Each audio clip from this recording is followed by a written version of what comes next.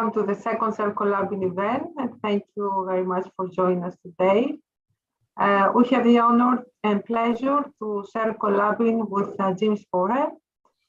Ray Fisk and the founder of ServCollab have an interesting discussion with Jim Spohrer and talk about technology and how it can contribute to improve human well-being. You can make questions to our discussants on the chat or raise your virtual hand at the end of their discussion. With no further comment, gentlemen, the online floor is yours. Thank you, Adila. It's an honor and a wonderful opportunity to interact with Jim Spohrer here today. Jim is well known to us in the service community. He's well known, especially because of service science and his role from working at IBM and in proposing that idea and leading a research center, an Almaden Research Center, on service. And I should note the most recent accomplishment just before he had retired in his career was that he became the Christopher Lovelock Career Contributions winner from ServCig this last year. In fact, the most recent person to receive it, because the next person is in a few months. So that's also another reason we have great reason to be interested in hearing what Jim and I are going to be talking about today. So the format that we'll use today is that I'm going to give Jim the opportunity to tell us more about himself first. Then I will come back and share more about what ServCollab is as an organization and what we do with a couple of brief slides. And then Jim will tell us more about the group IZIP that he co-founded. And then from there, we'll see where we go. But those are the key parts that we will let Jim introduce himself and tell us more about his journey in life, followed by more about ServCollab, and more about IZIP. So, Jim, your turn. Yeah, thank you, Ray, and it's a great opportunity to learn about ServCollab. I should mention, Ray and I started probably this discussion, I don't know, maybe 4 or 5 months ago.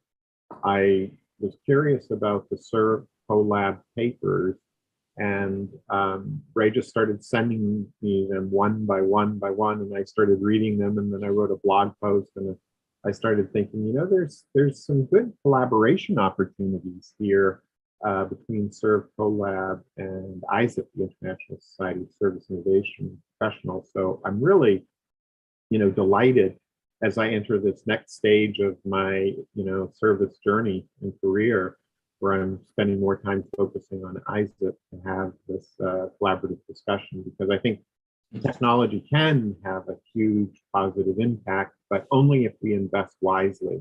And I think also, you know, as I look back, and Ray asked me to share at the beginning, maybe just some short comments about my service journey.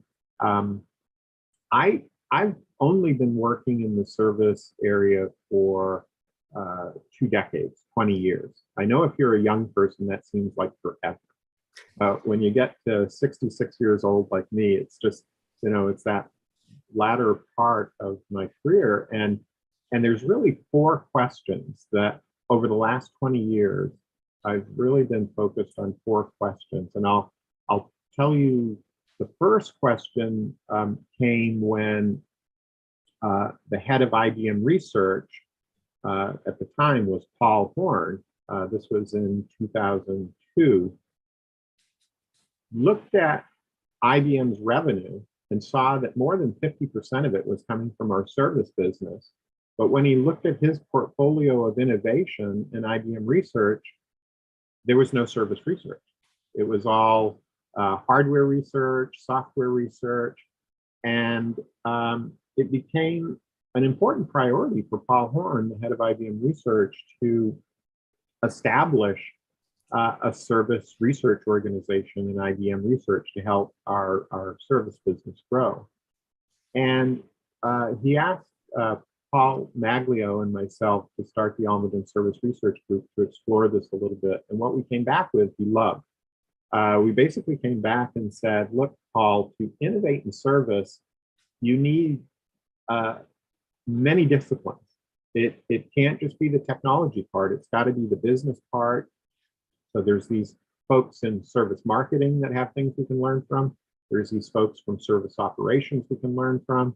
Depending on the scale, there's service economics. So we came back to Paul partly with what he wanted to hear, because we said, look, if we're going to get serious about this, IBM's going to have to put its weight behind, just like IBM did in 1945, starting computer science, we're going to have to put our weight, a lot of IBM interactions to establish not only multidisciplinary, but transdisciplinary. We've got to harness all the disciplinary horses if we're going to be able to create world-class service innovations for the world.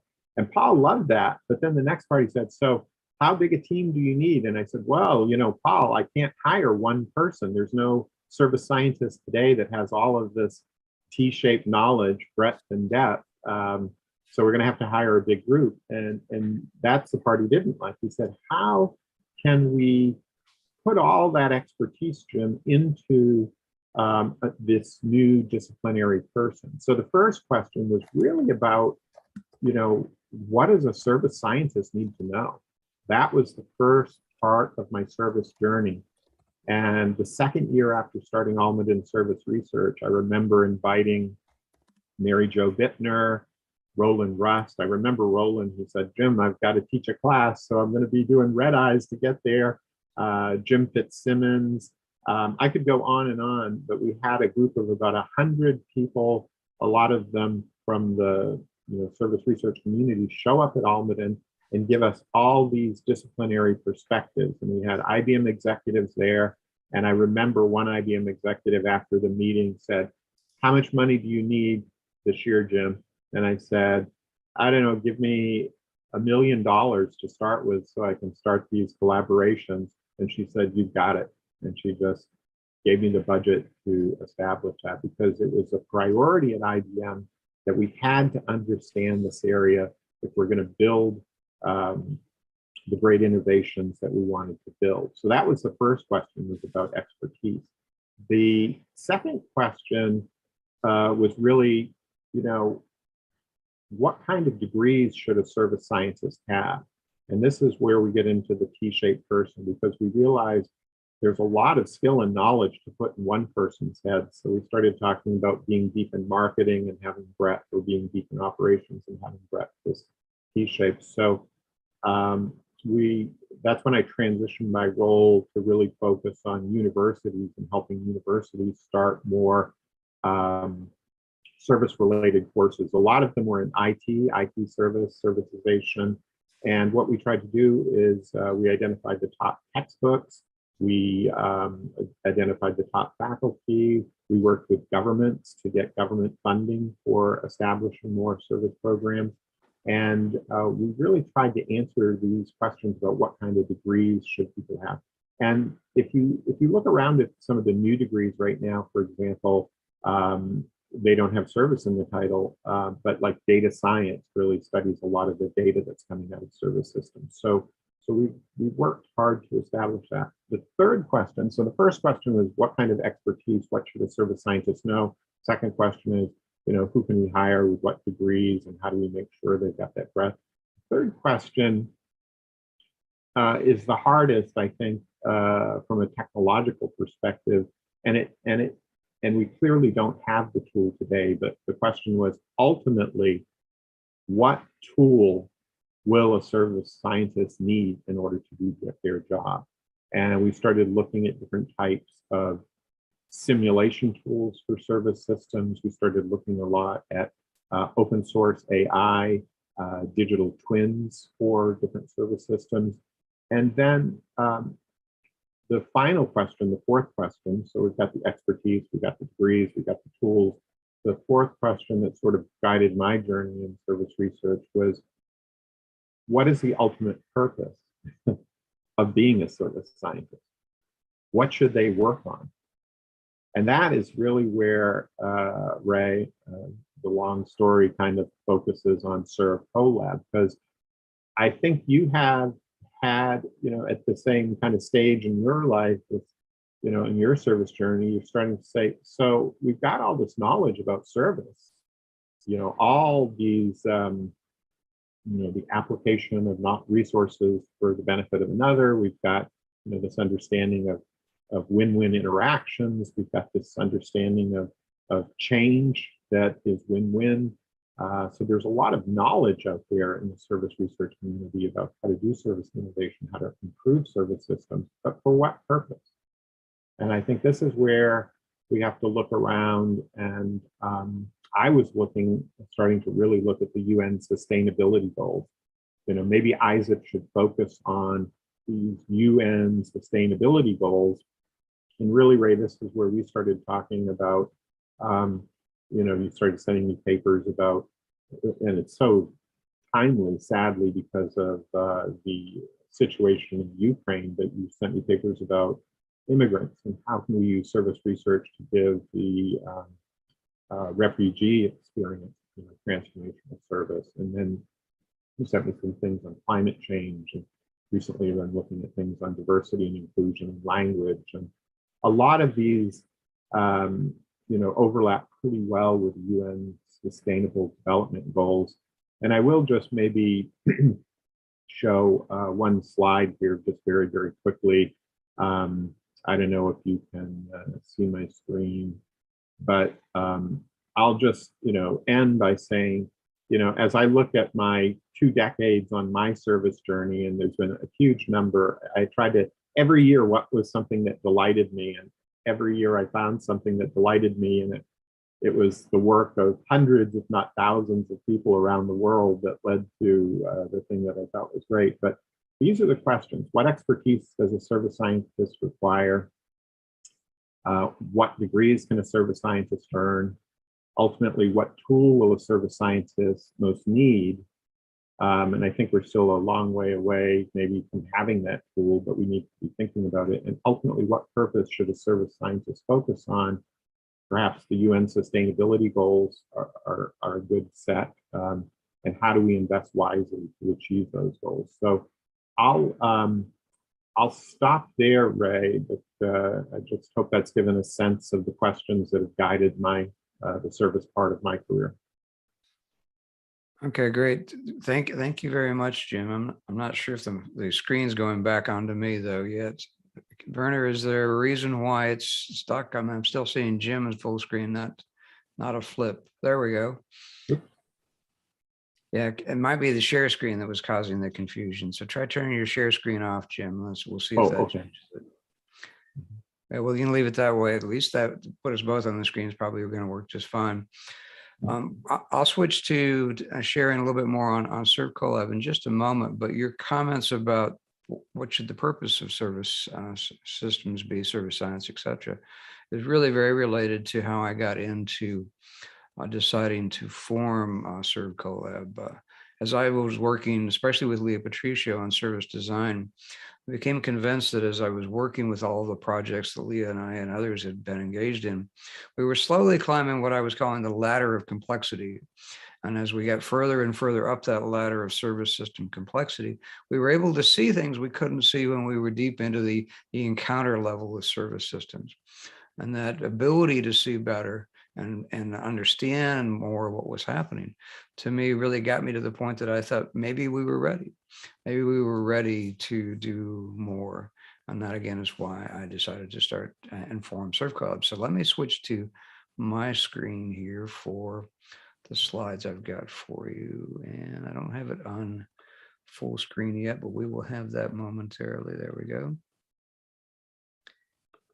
Maybe not. There we go. So let's try again. We're right past it all. There we are. Now I'm on the right one. So the first slide I've got for you is a overview slide about ServCollab. And then I'm going to follow with one additional slide. But basically, first off, what's the name?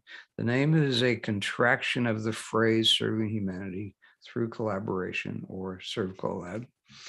And early on, we decided the mission. This is with the help of the advisory board that I won't try to enumerate today, but there are 6 members of the advisory board. And with their help, we decided that the mission was to serve humanity through service research collaborations that catalyze reducing human suffering and improving human well-being. Now I put that phrase, reducing human suffering and improving human well-being, in green, because that's basically a phrasing from the transformative service research movement about what should service research be about. And again, this comes to Jim's point about purpose, that the transformative service research effort really became a clear statement amongst service researchers about what service research should be for, what purpose should it have. So in an article that I wrote with the advisory board, we set out 3 human rights goals to serve humanity. And by serve humanity, we mean to serve all humans with research that respects their dignity and supports their rights. And then the second goal was to enable collaborations. And by that, we mean enabling collaborations amongst researchers and amongst organizations spanning disciplinary boundaries and national boundaries, trying not to let get boundaries in the way of progress. Because sometimes disciplinary boundaries, organizational boundaries, we create these artificial walls in the human minds that prevent us from solving problems. So we are trying to help liberate that thinking and enable collaborations that might not otherwise happen. And then third, to transform human well-being. And by that, we mean transformative reductions in human well-being and transformative improvements in human well-being. So again, we're using that word transformative as in the transformative service research.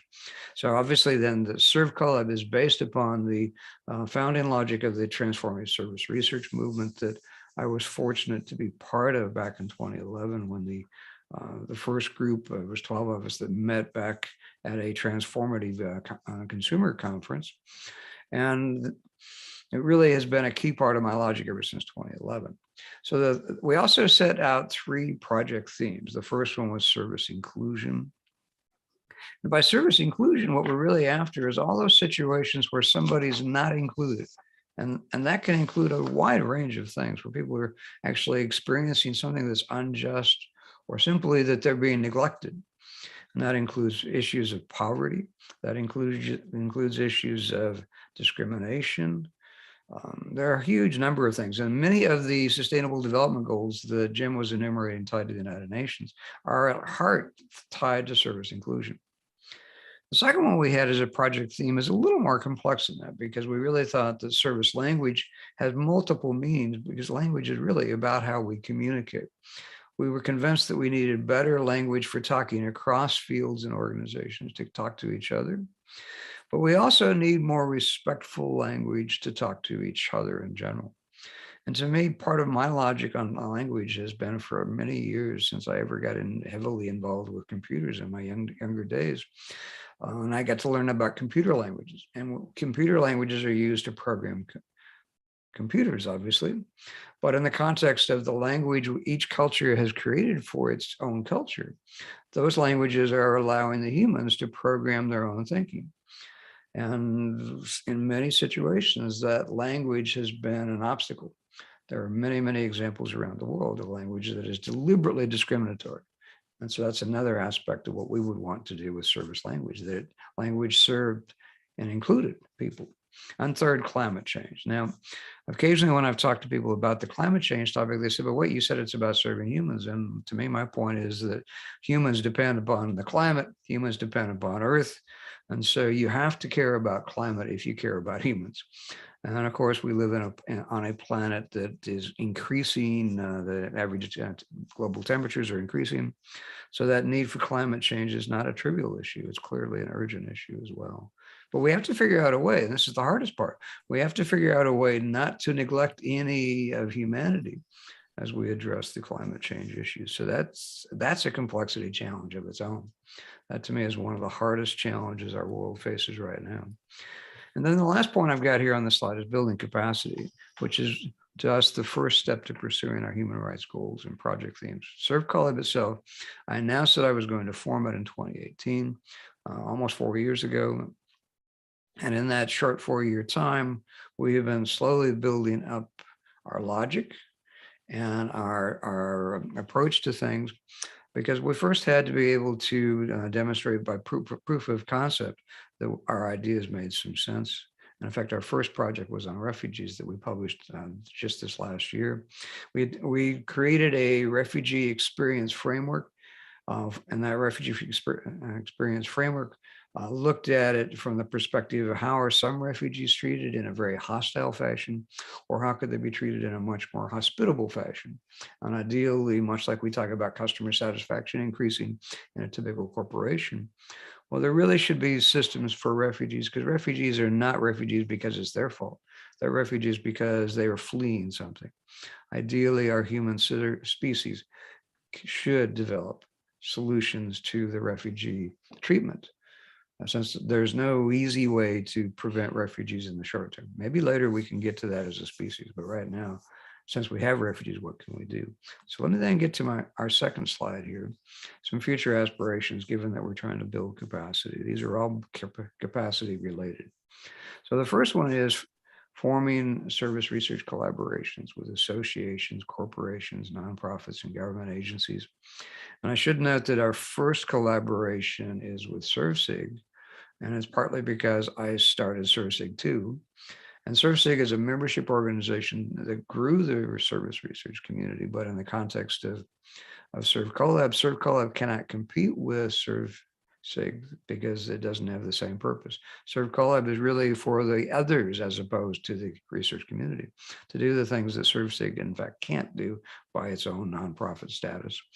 So that's the first example. But of course, we're here talking to Jim as a representative of ISIP as another possible association that we might collaborate with. But I'm listing off other possibilities there because we are eager to collaborate. That's why I put it in the title. We're eager to work with people and find solutions that will work for humanity.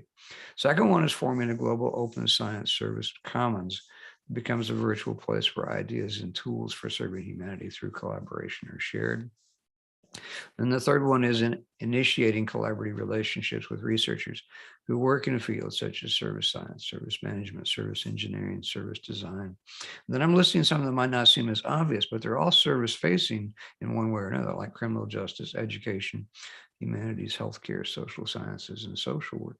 All of those are explicitly about human needs in some way. And currently, the disciplinary training, disciplinary logics of anybody who's in those fields wouldn't necessarily cause them to understand or see what we're doing as related. So we think there's an effort to build relationships across those disciplinary boundaries so that we can start talking together and working together. Because if we're going to climb the ladder of complexity, we need to bring as many perspectives as possible into that climb. There's no single perspective on humans that'll do it by itself. The next one here is mentoring researchers anywhere in the world on transformative service topics. And I'm explicitly saying anywhere in the world because our service research community that we are obviously building from is primarily based in the most developed countries on planet Earth.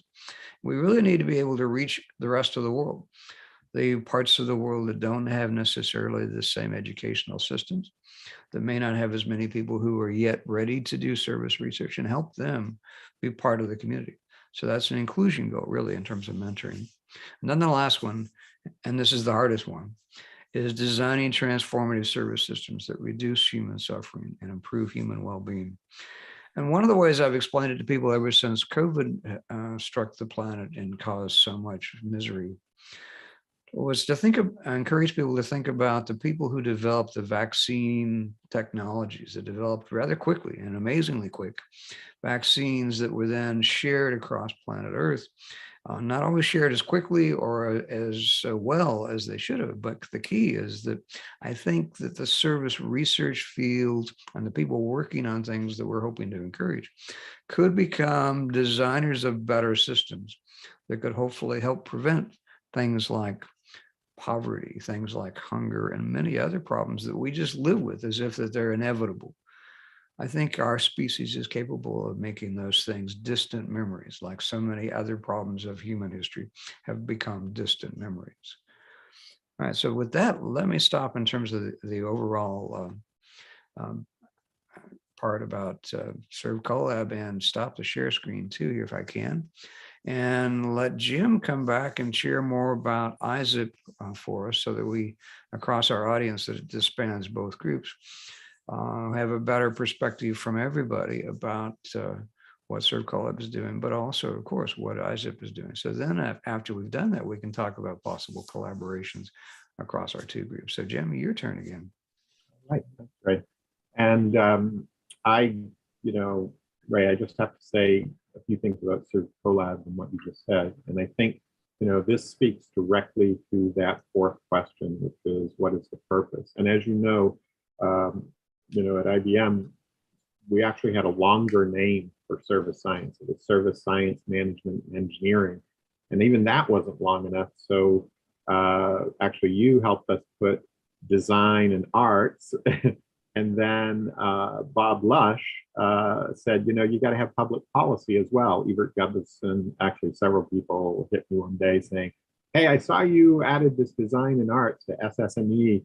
You really need public policy in there. And when I read your ServCollab papers, you've got public policy collaborators in it. And I have to say, when I read those papers, some of the newest parts to me are getting that perspective that I can tell was written by the public policy people. And I totally agree with you that as we think of this fourth question of like, okay, so we've got all this capability, we've got all this expertise, we've got all this research, we've got all this knowledge. For what purpose? Is it, it's nice to help businesses digitally transform. It's nice to give customers more experience. But clearly the bigger mission is these things like that you just enumerated, including climate change, things that are part of the UN Sustainable Development Goals. And, at this point, I always have to say how, privileged and lucky I am, in my life. But a lot of people have not had that experience. I did grow up on a tiny farm in Maine. So I know what it's like to grow your own food and be on a farm. And, we had a party line telephone and, one-room schools. And I guess Maine was like 20 years behind the times when I was a kid. But and now I live in Silicon Valley, where maybe I'm 20 years in the future. So even though I'm 66, maybe I've had like 104 years of change experience in my life. And I think, this notion of ServCollab is so timely. And, there's concerns we won't be able to meet the UN sustainability goals. But if we look at these problems one by one by one by one, each time I look at these problems, I say, I'm part of a community that can really make a difference and can really help here on these problems. And how do we mobilize our trusted network of community to start working more on these problems? And so I really do think ServCollab is very, very timely. I'll take just one example, because I did a blog post on this. The title of it was A Service Innovation Whose Time Has Come. And I had been talking to several of my IBM colleagues, some retired, some still at IBM, about this concept of a poverty trap. And there comes a point in your life, if you're a professional in the US who's got an executive career, where you start noticing that even though you're going to work and you're enjoying work, you look at your investments that you've made, in the market or whatever, and you're earning more every day from your investments than you are by the labor of your brain or body and work. And usually that's when people start thinking about retiring, right? It's like, I've noticed this change, but the poverty trap is that many people don't have that. They don't have that. And, you may question their judgment that they're buying alcohol and cigarettes or whatever it is, but the point is, they're in a poverty trap. They're spending and they're not putting away money for their retirement. So if you think about, you've got a central bank digital currency, so everybody's got a retirement account. And what if every time they bought whatever they bought, 1% of whatever they bought went into their retirement fund? At some point on their smartphone, because everybody pretty much has a smartphone these days, they're going to have that experience. They're going to say, even though their income is very, very low, they're going to look and say, oh my gosh, I've got more money coming in now. And that's when you start having this, it could cause this thinking of like, okay, I've got to have higher skills if I'm going to be earning more with my mind than with my investments. I've got to have higher skills. That's the only way to earn these days. So there's a system, and I think the UN sustainability goals nail it. They're interconnected, and that's that complexity thing that you were talking about, Ray. These are complex because they're interconnected. And there have been these wonderful reports I've been reading about which of the UN sustainability goals should we solve first. And it's interesting to see who writes which papers and says which ones should be solved first, because a lot of the science technology people say, oh, if we can get the research goal really, really humming, innovation is going to flood through the system and solve all the others. And then there's other people that say, look, it's poverty. We've created these poverty traps and people are stuck in them, and they can be eliminated by just simple policy changes. And actually, it's nice to see, if you look at US politics, certain people that are getting into political office these days in various roles have these views on eliminating poverty traps and other things. So I think, the right people are starting to move into place as well. So I'm so optimistic about the future. I know, we've gone through a pandemic. I know there's a war in Europe for the first time, but my sensors are tuned to solving these problems and who's thinking about solving these problems and how do we work together. And I have never been more optimistic. And I'm so glad you're doing ServCollab. So with that, let me say a little bit about IZIP. And I'm delighted to see that we've got some IZIP ambassadors on the call. And when we were talking, I said, we should get a ServCollab ambassador, because that's how IZIP works, is we have these volunteers. IZIP's a volunteer organization.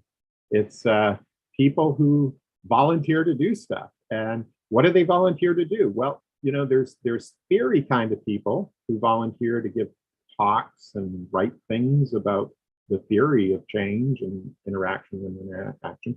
And then, we got people in business too, who they're companies or they're government agencies, they're creating things, new offerings in the world. And what we do is we take these volunteers, wherever they are, and they can speak, they can write, they can offer, and we give them awards. So basically, that's what IZIP does, is we provide a platform for people to speak, to write, and to say, hey, look, my company's just created this, or my government agency just created this. We think it's great. Can you give us some visibility on this? And we try to align the theory and practice as well. But so IZIP is very simple. It's not a complex organization. We're lucky to have great sponsors like Cisco and IBM and Japan Science and Technology. We're fantastically lucky to have great ambassadors all over the world. I see several on the call right now, so I'm going to shout them out. So Davor Mersman, Clara Bassano connects us with lots of interest in things. Davor, a lot of the innovation that's happening in Europe. Michelle Leonard is our ambassador to the International Explorations of Service Science. I see on the call. I think I saw Roger Mall. I think maybe he had to drop off. I think he was one of the ones that had a conflict on half the call, but he's connecting us into an amazing set of policy changes that are happening in the UK around digital transformation, as well as, of course, he's very well connected with Irene Ng, who I think everybody on this call knows. And her work is so important for the digital transformation and people owning and monetizing their own data. And I also see Cecilia Lee, our new volunteer editor-in-chief at IZIP, on the call. She works for a satellite company, but she also, I think she just submitted her dissertation for her PhD in service design, and she's really looking into some fascinating things. When you think about digital transformation, how much do you think about olfactory and smell? Well, Cecilia Lee is the person that you should talk to if you're interested in that. So anyway, what we try to do with IZIP is create this trusted network of volunteer people. So we know who to go to. Oh, I need somebody in Italy to help me. Oh, Clara, help. We have this global network. Of course, I'm candidate. Thanks, Jim. Yeah. I hope you're feeling better, and Andre is as well. But I am. Thank you very much. We trust these people because we know them, we get to know them, we get to know their ideas, and we're aligned on these, these goals, these, UN sustainability goals, because we live in a complex world, and there's a lot to be nervous about, right? Misinformation. I could go on and on and on with the things that could be nervous about, but I see, if we can use IZIP to give this trusted network of people just a little boost to their ideas. I mean, that's how I spend a lot of my time in retirement. Yesterday, I was on an email thread with 12 retired IBMers. One is dedicating the rest of his life to fighting climate change with AI, because these guys are technologists, right? Another one just started a blog on win-win democracy, and his first, these are smart people. He's got alternative solutions to voter ID problem. He's trying to, pick issues that Democrats and Republicans. Martin Fleming, the chief economist of IBM, he's coming out with a book in our IZIP series on breakthrough revolution. He's an economist. He's done an analysis of why, if we make the right policy moves right now, it can be just like it was after World War II, which in the US was an incredible growth. Why was it growth? Because women had joined the workforce, number one. We kind of like doubled our labor force. Talk about inclusion. That happened after World War II. So, and his analysis is this pandemic was a forcing function very similar to what World War II was, but we didn't lose all the people. We lost some, so it wasn't easy, but it wasn't as bad as a war. And so anyway, he's got a very interesting analysis of how the infrastructure is going to change. Of course, a lot of it deals with artificial intelligence as one of the infrastructures. And just one more thing before I talk, I'll show one slide about IZIP so you can kind of see our structure. But again, like ServCollab, we're volunteers, so it's free. Anybody can join and participate. And I'm starting a new speaker series, a weekly speaker series, so we'll be giving more spotlight attention to some of these amazing thinkers. But the one thing I want to say is I've just finished a book with Paul Maglio, Steve Vargo, and Marcus Bard on service in the AI era, science, logic, and architecture perspectives, where we kind of give a shout out to the service community. It was a very hard book to write because, it's only like 40 pages long, and it's hard to write short things. And we tried to make it accessible. We tried to really define our jargon. So people in the service research community might look at it and say, hey, there's nothing here. This is like, very trivial, but we wrote it for all the people who are not part of the service research community right now. We wanted to give them so they didn't have to spend, 8 hours reading, theoretical papers and practice papers. We tried to give them a new starting point. But part of the reason I'm so optimistic is because if we can invest wisely in artificial intelligence, it is going to be probably the most transformative technology we've come across in a long time. And the boom that we experience, and this is Martin Fleming's book, these industrial ages, there was a change in energy, right? Using electrical energy instead of burning wood. We burnt wood at my farmhouse in Maine. That's how we stayed warm. We had a furnace. We cut wood in a forest and we put it in our cellar and we burned it all winter, and that's how we stayed warm. That's not an efficient way. Then electrification, other systems of energy, and now we're making the switch to more solar, more wind, more sustainable energy. So just like after World War II, there's an energy foundation that's different. And this terrible crisis in the Ukraine is actually going to accelerate the transformation, that needs to happen for this new infrastructure layer for all of society. This is why I'm so optimistic. Even when I see the bad things happening, as Martin points out in his book, these bad things are actually accelerating the new infrastructure that we need to solve a lot of these other problems.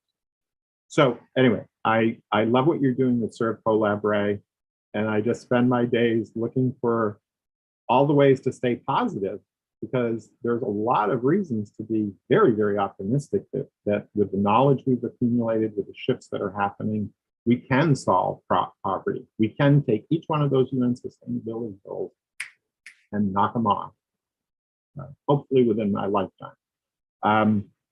So let me just share one more slide of, and this, sorry, it's a Jim Spohrer slide, so it's got too many words and it's too complex and blah, blah, blah.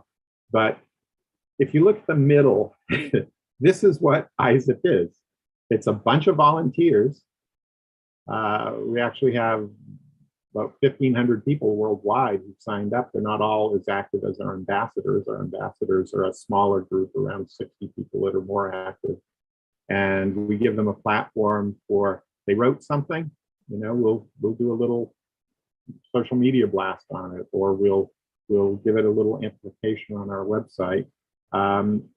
We love to have people talk, and we record those and put them out on YouTube. And our new president, Terry Griffiths, she wants to start a podcast series of these things so people can listen to it while they're, you know, going about their day or jogging. And then of course we have the practical stuff, the offers every year. Oh my gosh, we just completed our Excellence in Service Innovation Awards. 6 CEOs are included in our awards. I can't tell you, you know, we haven't formally announced it, we haven't done the press release, but you know, there's fantastic service innovations in the world. One of them, I mean, is a financial innovation. You know how schools have bake sales so the kids can earn money so they can buy the crayons or whatever? So this one entrepreneur in Silicon Valley, he's created a company where the students actually create, you know, NFTs. Now, you may or may not like NFTs, but this is the kind of innovation that he's working on. And he's got a participatory democracy thing that goes with it for the parents and the teachers to figure out. It's teaching financial responsibility to kids. I love that innovation. Now, there's other innovation with a robot for education that's especially effective for children with learning disabilities. So we got all of these innovations that are improving win-win interactions and change in the world, and we need to celebrate them. So that's what ISIP does. We offer just little awards. It's not cash, it's just a little bit more visibility, digital badges, things like that. But we also give them access to our trusted network. The people who learn about their innovation are this trusted network distributed across all disciplines, distributed across all industry sectors, across the world, who have a basic understanding of service research, service science, management, engineering, design, and policy. And maybe many of them, like us, share our goal of you know, getting these UN Sustainable Development Goals behind us, so that we live in a different world, you know, and this is another important thing. Change is hard. Change is hard because, you know, and this is something we haven't figured out, is there are always losers, you know, in any change, there's always people who, you know, generationally, it can be young people want to change and older people don't. It can be the other way around. You know, it can be certain industry sectors want to change, others don't. Change is painful. So, you know, economists have their approach, Kaldor-Hicks, you know, where you can incentivize the people who lose. You know, there's a lot of approaches to creating win-win when there's losers. But again, I think what we're trying to do with ISIP is really just have a very, very simple platform that creates a trusted network of professionals. So, you know, we define service innovations, improve win-win interactions, change in business and society. Join ISIP to network with service innovation professionals, and very importantly, upcoming students. We love to mentor this next generation of students. I mentor lots of students, and that's probably the most fun thing I do. While growing your knowledge sharing eminence with a nonprofit professional association that promotes lifelong learning and T-shaped upskilling. Everyone has something to learn. Everyone has something to share. And down below we've got the the service dominant logic. Thank you, Steve and Bob. The application of resources, knowledge for the benefit of another. We define service innovation as these improvements and win-win interactions and change in business and society. And win-win is very important. And again, I think what I see in ServCollab that you've done so well, Ray, is, two parties or three can say, hey, this is great, this is great. But what about all those other stakeholders? Is it helping them? And this is why we hired anthropologists and a lot of people in IBM when we started online service research, because they were the ones who were constantly telling us every technological change creates losers. By definition, you're upgrading infrastructure. So the people that understand the old technology know how to use it. They got to change, and that's hard. So yeah, and then we talk about responsible actors, these individuals, businesses, universities, governments. We also call them service system entities. But these responsible actors are the ones who have to learn how to invest wisely. In Isaac, we give people a chance to grow their eminence, but and this is kind of our bottom thing here is an aspiration. We haven't succeeded at this. It's very hard, but we want Isaac to help the members, our volunteers, learn to invest more systematically in service innovation with that. And we've got some ideas around that. Some of them, Michelle Leonard, if he's still on, I know he had a lot of conflict this morning, but he's our ambassador to the International Exploration of Service Science. And one of the themes is how responsible entities learn how to invest. And they've been very supportive of developing a community that's going to look at this investment issue. Because a lot of it does come down to how we invest our time, how we invest our effort, how we invest our money. How do we do that wisely? So that's Isaac. I'll just stop my share, and I know we're running low on time, Ray, but I hope that gives people a sense of what we're trying to do with Isaac. Yes, it does, Jim. And now I think we might want to move to Q&A since we're coming up on the hour. And we've obviously been engaging in part of our discussions about collaboration as the two of us have gone on. And I should add one note that we have numerous members of the ServCollab officers on the call. I won't try to list them all, but I should note that Glenda Alkire, who's on the advisory board, and also the board of directors of ServCollab is on the call. But you've already met Radula, who's our communications officer, and Sertan, who's our project officer, and Kareem, who's our technology officer. And we actually have our engagement officers, Lynn Vu and Amir Raki, who are here on the call, and Werner, who is our digital engagement officer, who's been making sure all this technology works. I think I got everybody. I didn't intend to list them off, but I couldn't stop. So I want to add one other thing, though, which I haven't had a chance to tell you yet, Jim, and I haven't told all the ServCollab officers yet. Some of them know yet, but I'm going to join you in retirement at the end of this academic year, so that I can be a full-time volunteer for ServCollab. So you and I can certainly find even more opportunities during a day or week or whatever that we might be able to help move these ideas forward for both organizations. So Radula, are we ready to switch to Q&A? Yes, thank you very much, Jim and Ray, for this thought-provoking discussion. I will continue by responding to the audience questions. There are some comments on the chat. There are no questions. There is one question. I have a question. Yeah, I have a question, Jenna, right? Okay. Just one comment.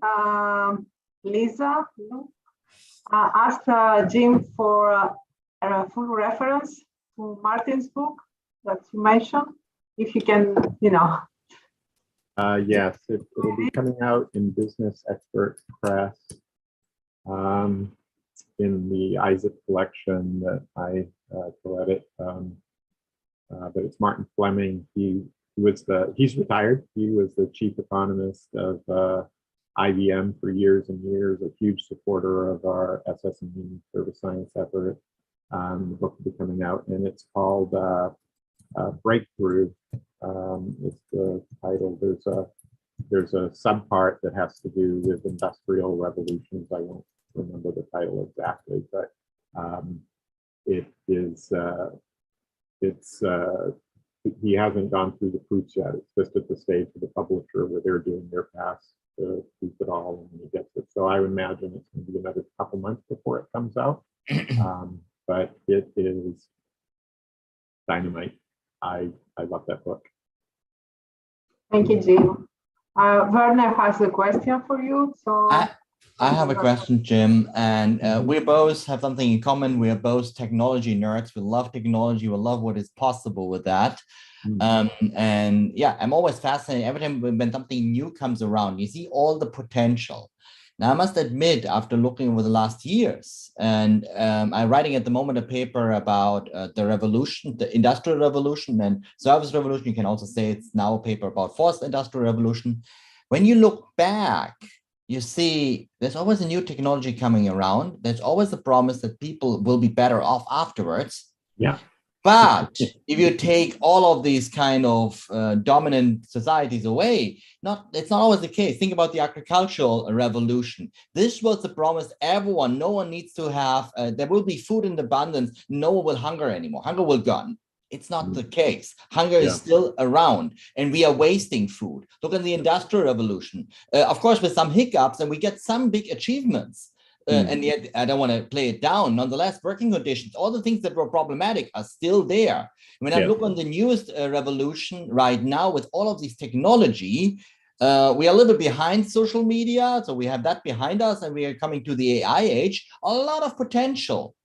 But what I have learned over the years is at the end of the day, there will be a divide. And you rephrased that about the poor and the rich. And it looks like there's a tendency higher to abuse technology for the benefit of a few than really being positive. Sorry, I'm now super negative and you were super positive. So I want from you that you explain me why on earth is it a positive outcome? Why are you so optimistic with when you're knowing how much it can be abused and that we see that it was so often abused in the background, in the history? Fantastic question. And I have my down days, just so you know. I'm human. There's days where I just look at the world and go, what a mess. And everything that we're trying to do to help is you know, it didn't turn out right. You know, it made it worse. You know, so I have those days, Werner. So I'm very on the same wavelength. But fortunately, my good colleague Ray Fisk, on one of those down days, it just happened by coincidence, he sent me he says, Jim, you got to read a couple of books. And one of them was called Humankind by Rutger Bregman, a good Dutch historian. And oh my gosh, I've got a blog post on this too, chapter by chapter, because it was certainly the best book that I read in 2021 by far. And oops, I'm not sure why it switched, but there's my summary. And by the way, my slides are always up on SlideShare. So if anybody wants these slides, you can go to SlideShare.net/4 and get the slide. But let me stop sharing. But it comes down to trust in human values, right? And the weird thing is about all of these social systems is they become self-fulfilling. You know, and this book does a fantastic job of, you know, it's our model of each other that's really essential. It's what we can trust. And now in a world of disinformation, I mean, you could start feeling even more pessimistic when you see, you know, somebody actually drank Clorox or something thinking that was going to cure them. I mean, because there's this, and or you see, you know, the flat earther movement has got a huge surge in popularity. I mean, you could be very, very pessimistic about these things, but in our book, Spohrer, Maglio, Vargo, and Varg, we look at this and we kind of break it down, and we talk about AI. Okay, we're in the early stages of AI where we've got augmentation and automation. We need better models of the world.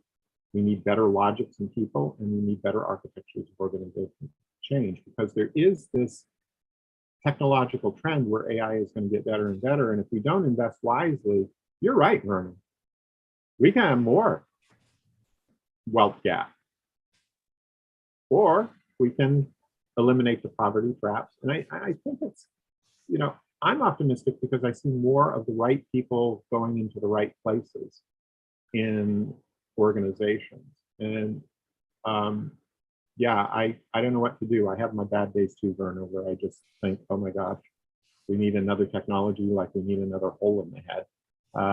But I think, you know, I think if we can focus on the UN sustainability goals, and I think if we can put technology towards that purpose, I think it's going to be fantastic. I'm very optimistic. I know that's not an answer to your question, and I love skeptics. We all have to be skeptical. I mean, that's what science is about, right? Just being skeptical of what we know. Okay. Can I say very quickly, it looks like you answered at the end, you believe in humanity. And I think that's good, because that's exactly what brings us here together.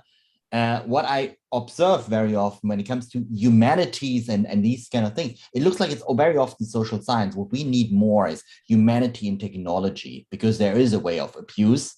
And it would be great to have that we're not steering to the next kind of thing. We say, okay, there are more rich people and more poor people, because all of a sudden these people abused this technology. Sorry, I took too much time. No. In our book, in the chapter on our penultimate chapter in the book, I think it's item 6 or 7 is bet on humanity.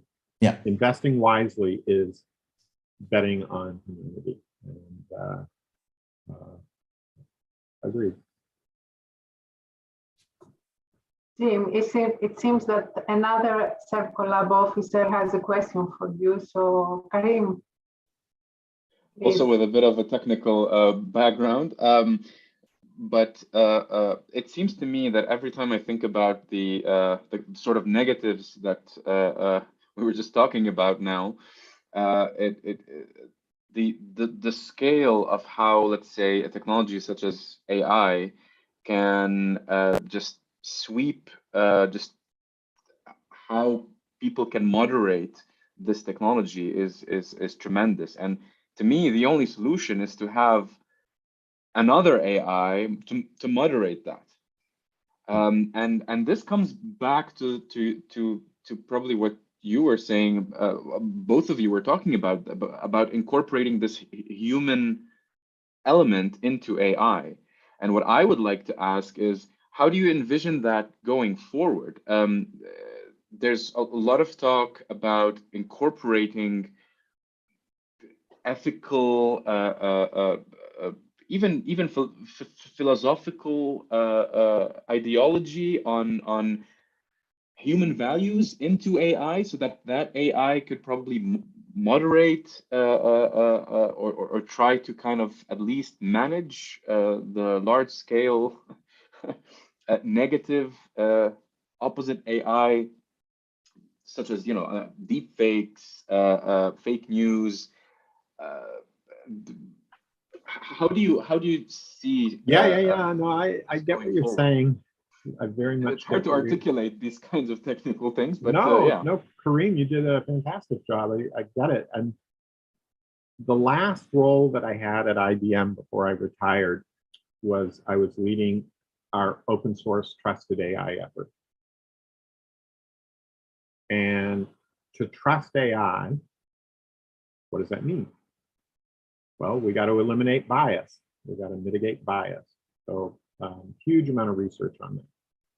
We got to make it secure. We've got to make it explainable. We've got to have provenance, all of these things so that we can trust our AI. And you know, IBM donated all of our technology in that area to the Linux Foundation. I was elected the technical advisory chair and became a member of the Linux Foundation to get the trusted AI out there working with all corporations on this. So what's fascinating though for me is like, when I graduated from MIT, I went to work for an AI startup in 1978. I was doing speech recognition. We were building miniature versions of neural networks. And I remember doing the back of the envelope calculation saying, we don't have enough computing power or data. It's going to be like 20 or 30 years before this really takes off. But nevertheless, I look at the AI back then. It wasn't about trust. It wasn't about ethics. We're moving into the adoption phase. Now that we're in the adoption phase, all of a sudden, all of this terminology from the service research community is being infused into the AI and data science community. That's wonderful.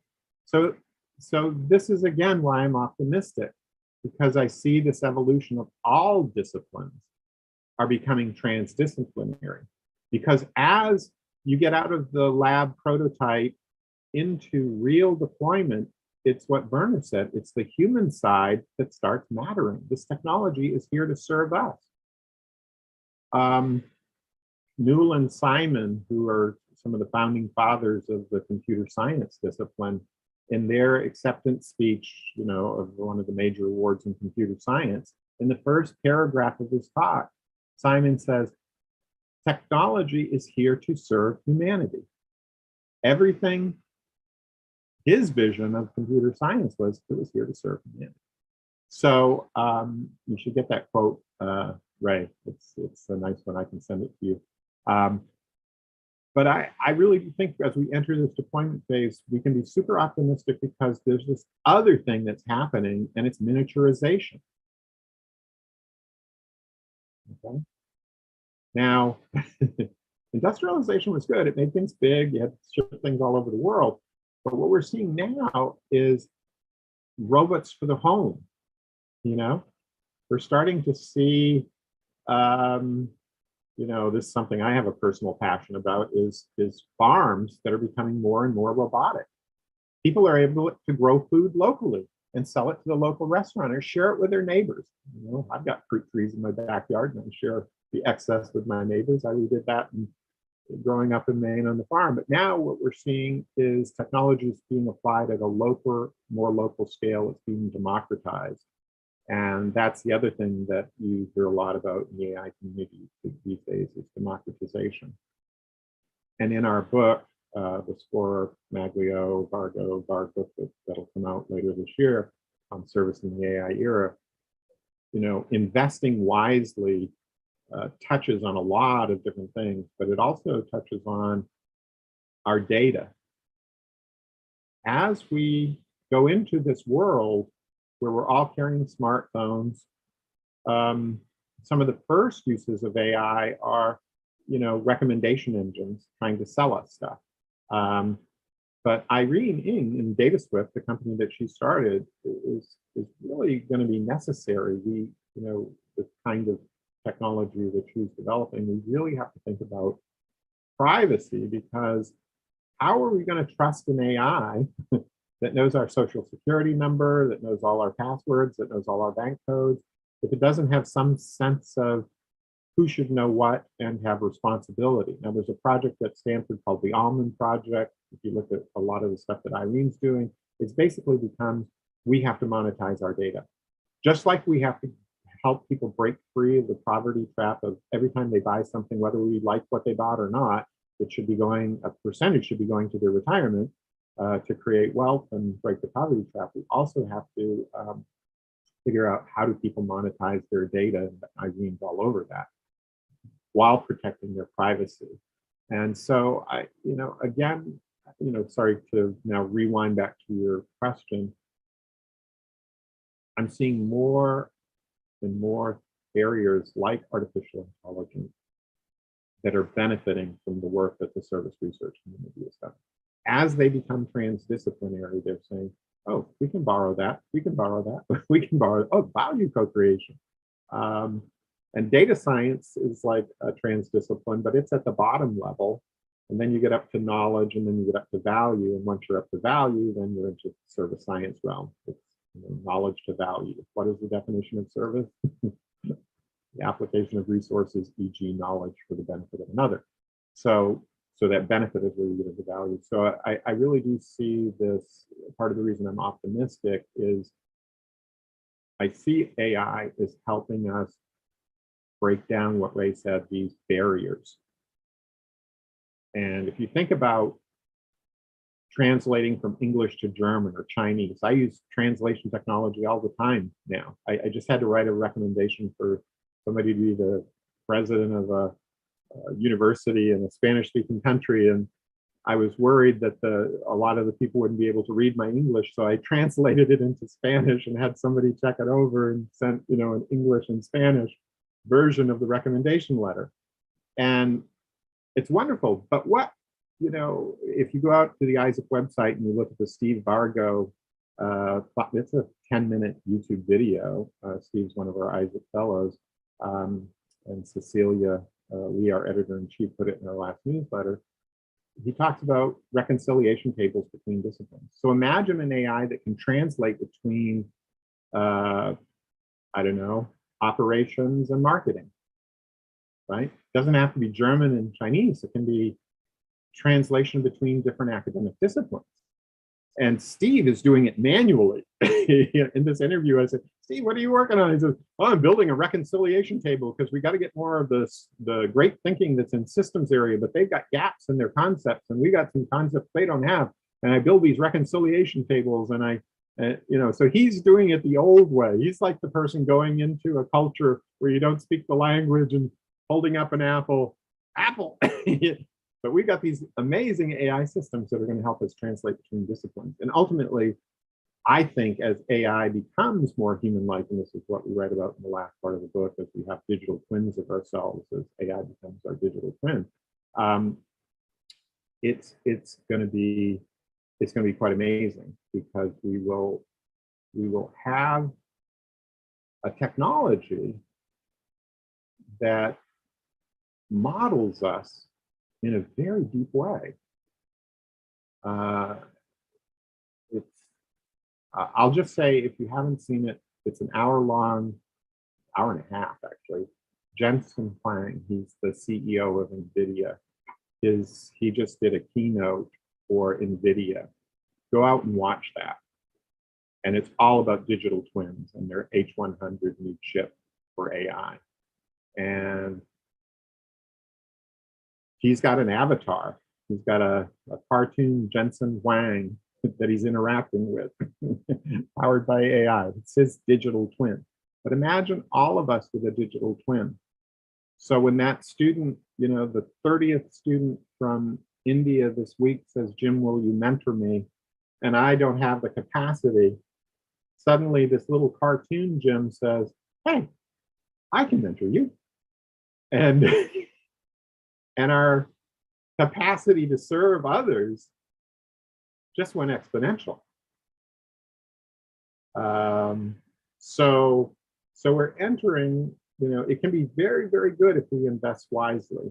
And that's kind of, I think, why the service community, we look at win-win interactions, we look at win-win change. I think the service community is well positioned to, they may not always call it service, they'll invent some other name, cyber physical learning, or whatever, socio-technical this. You won't get the credit, but who cares? The point is, all of these concepts that the service research community has been developing is going to start being infused in all of these other areas of technology, because guess what? We've been studying the right stuff. We've been studying trust. We've been studying all of these things that are necessary to actually make technology serve humanity. And I'll stop there. Thank you, Thanks Jim. for elaborating. Thank you. I don't see any other questions. However, there are some comments on the chat which I think they are interesting, and I would like to invite the writers of these comments to elaborate a little bit. Those comments are written mostly from IZ people, so I would like to invite Davor to explain to us a little bit about the impact model and his experience with the University of The Hague. Yes, hello. Hi, everybody. My name is Davor. I'm sorry, I'm also at the construction site. We have a we have a house designed by a computer, which is kind of a digital first nature-based approach. So the reason it was designed to save as many trees, we're building it in the middle of the trees. And so we have one tree sticking out of the roof and so forth. So I was a bit running around, but also listening at the same time. So I apologize also for the messy. So hi, and thanks for having me. Thanks for the invite, also Jim. So I'm the sorry, I heard my name. I ran for a second there. I'm the executive chairman of the Maximal Impact Foundation. So what we do is try to establish a very practical way, rooted, let's say, in practice, in reality, using what we call the post-competitive approach, a post-competitive value model, where pre-competitive research is about when the money's too big, right? So then you come together, you build IP, you take that away, you build a product out of that, and you go and compete normally economically. Post-competitive is for when the problem's too big. So it's things like migration, climate change, ethics by design. I heard all three actually today, so it's kind of feels a bit at home here. So that's when you kind of use the structures you have, the companies, the organizations, the universities, and so forth, rather than through the kind of charity or post-career type of approaches. No offense, Jim, and also no offense, Ray. So what we do is we try to group thought leaders, and Jim, of course, also one of them, where we scope out things that can be open source, put in the commons. Stuff people are sitting on, which aren't necessarily that great, performing that great economically, or actually are performing so poorly it doesn't even merit considering putting it in the commons, because the whole thing just stinks. So that's where we are. We started in digital because the digital and the interoperability provide the scalability of the solutions, but it's all across domains. So this construction project is one. So we started doing it, and it's so scalable even before it's built. We're still starting here. We have interest from an ex-researcher from MIT who works out of New York to deploy a number of the principles in Uganda, and that interest then generated an interest for deployment in the Philippines. So things are kind of run on their own. The purpose of the foundation is to kind of basically build a common understanding, and then also open source that. Try to do everything openly, which often means really working the supply chains and transforming the way things are done, especially, for example, in construction. But it's working, the model now. So far, I touch wood, but this is all kind of like construction, aluminium and PVC stuff. Now, I really like the spread or focus / spread of what the groups are doing. Of course, I know ISIP quite well, and it prompted me to think about conversation I had with a professor. I'd have to look it up, from the University of Liège or Namur. I'm doubting that. Who works on the notion of individual tipping points. So I've been working with the School of Migration on kind of understanding what would be the kind of indicators or the stuff to work towards, that you could kind of put a financial model underneath, an investment model underneath, basically simplify the picture to a point where you can make it palatable in terms of funding and open calls and getting projects up and running, which is also something the foundation is preparing. And it it seems that we have lost connection. Oh, sorry. Yeah, I blame Elon Musk. We have Starlink for the internet here at the site. So I see I'm back now at the moment. Yeah. So in Lampedusa, it was a commemoration of the Lampedusa disaster, which basically had this boat of migrants 350 or so people died because the boat caught fire. And I talked with a bunch of these stakeholders there, and the reality of it, also engaging through my contacts with the UN and my engagements there and so forth.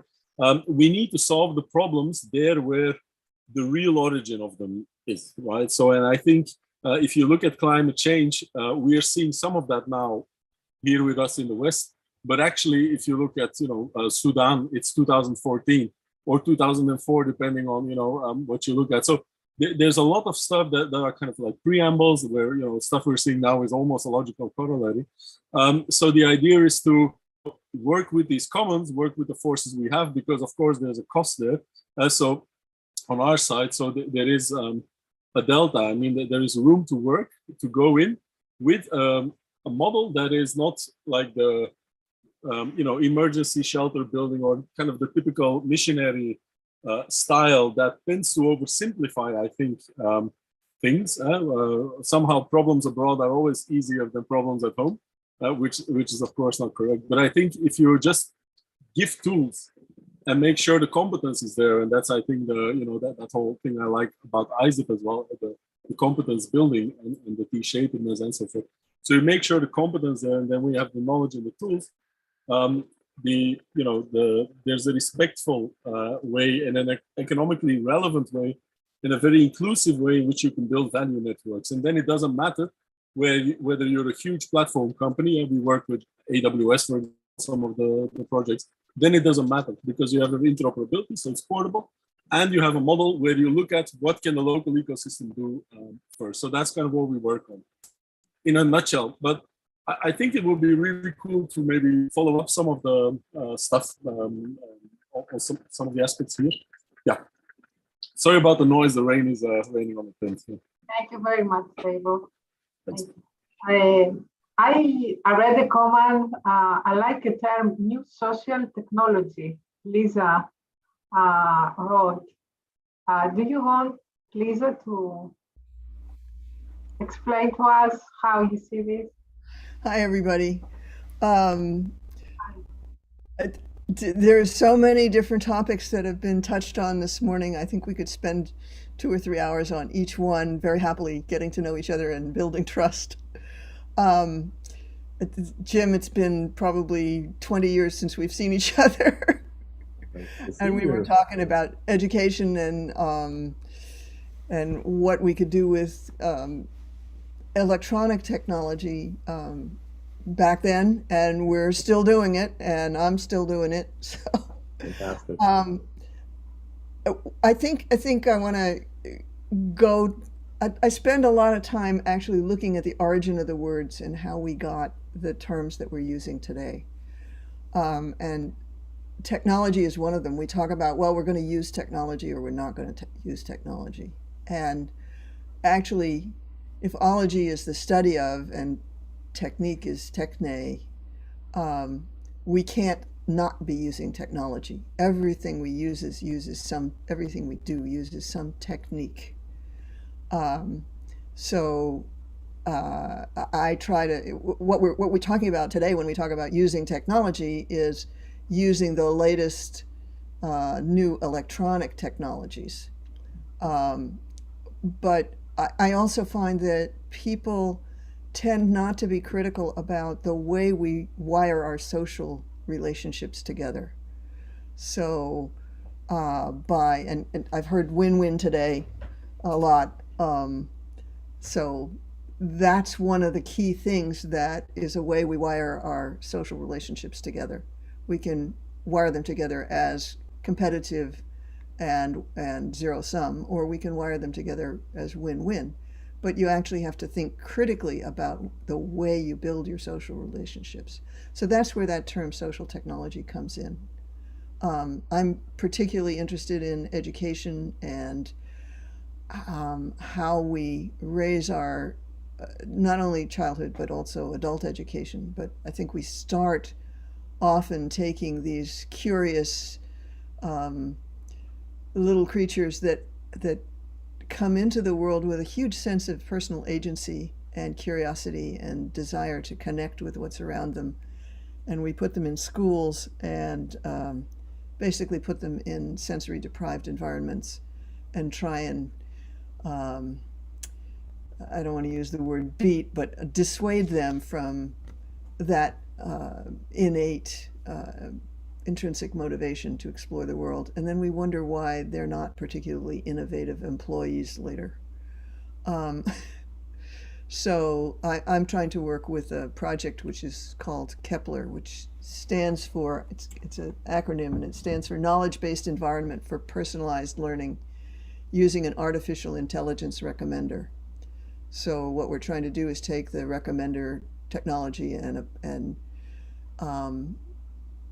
use it as a tool for independent learners, not for schools, not for teachers particularly, although they're welcome to use it if they want, but so that the independent learner can get back to that sense of, this is what I'm a toddler, I'm curious, this is what I can do, and I'm exploring the world.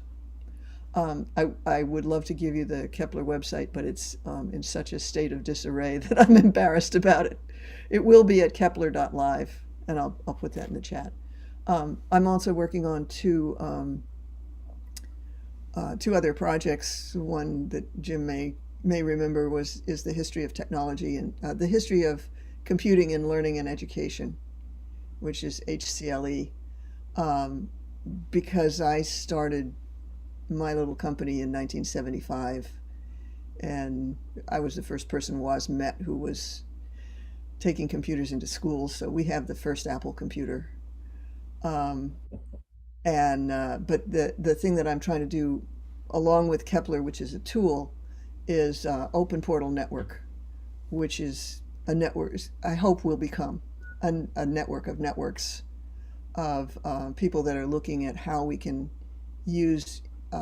develop new educational infrastructures and use them to satisfy the positive goals that we've talked about. But we have so many people working in silos at this point that little clusters of educational innovators are showing up all over the world, and they don't know how to get in touch with each other.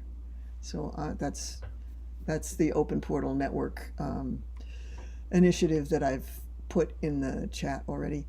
And I need help. I can't do all this stuff by myself. So collaboration and delegate is my my New Year's resolution for this year. So please feel free to get in touch with me, any of this. Thank you very much, Lisa.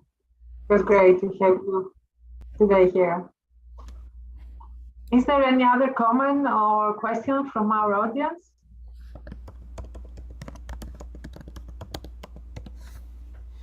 I don't see any hand. So I think it's time to finalize our event. And I would like to thank again Jim Spohrer for his insightful discussion with Ray Fisk. I would like also to thank the ServCollab officers, Werner, Sertan, and Karim, for organizing and assisting with the technical preparation of the event. I would also like to thank ICIP for the collaboration in organizing and promoting ServCollabing. And of course, I would like to thank all the audience, all of you who attend our events. I would like also to inform you that we will have another event, the second ServCollab Ideation workshop on building capacity to solve humanity's problems, the refugee crisis. This event will take place on April 22nd. We will announce soon the Zoom link of this event and the speakers. So thank you very much again, and I hope to see you all in a future event. Thank you. Thank you. Thank you, Jim. Thank you. Thank Bye-bye. you, Jim. Thank you all Thanks, for Ray. participating. Thank you very much.